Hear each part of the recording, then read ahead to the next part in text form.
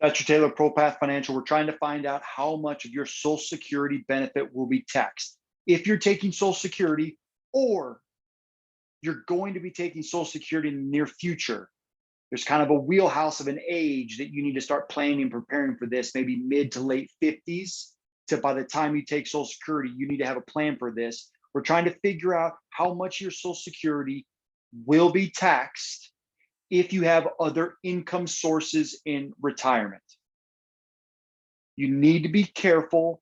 They sometimes call this the Social Security Tax Torpedo, but you got to be careful, because it's essentially when you start taking Social Security, you're almost like in a whole nother tax realm. There's a whole new tax calculation that you got to use to find out how much Social Security is going to be taxed to you when you file your taxes. So let's go through it. It first starts with something called provisional income. Provisional income is you taking up all the sources of income that you would have, and you're going to put on your 1040, one half of your Social Security benefits, adding back in tax exempt interest. Any IRA distributions or capital gains will all kind of fall into here. But you need to find your provisional income. That includes pensions and annuities. This is the key number that we're going to use to help calculate how much your Social Security will be taxed. So let's assume right here that you had a provisional income of 60 grand.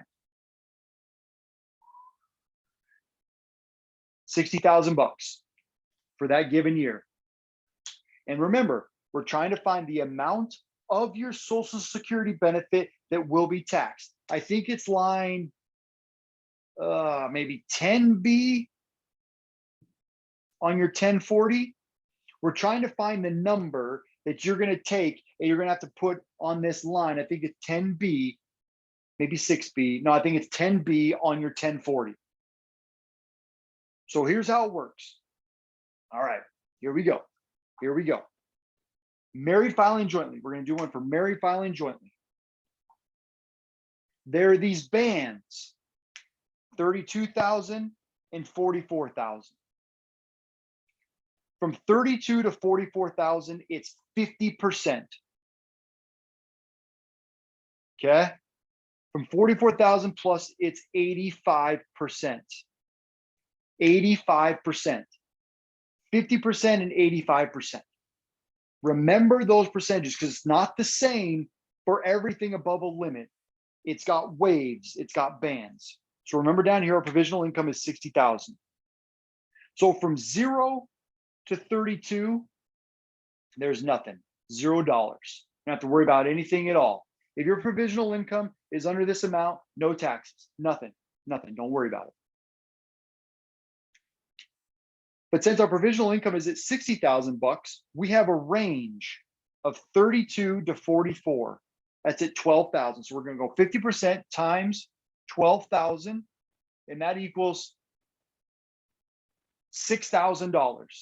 So up to this point, $6,000 is going to go on our tax return as income. But we have a little bit more of a range right here. That's $16,000. So we're going to do 0.85 times $16,000. Where's my calculator?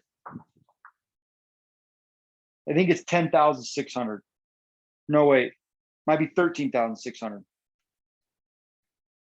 $16,000 times 0.85 equals 13,600.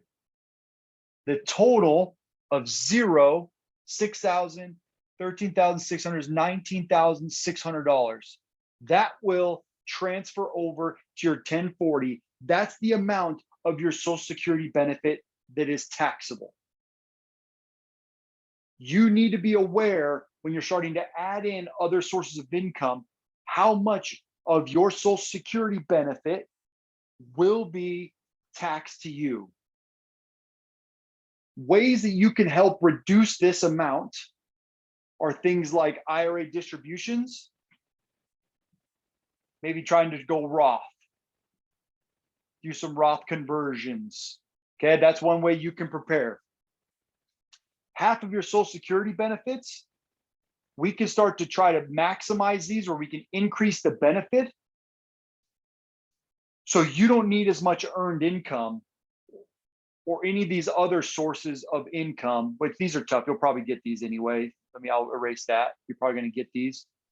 But by increasing your Social Security benefits, the less money you have to use from other sources to meet retirement needs.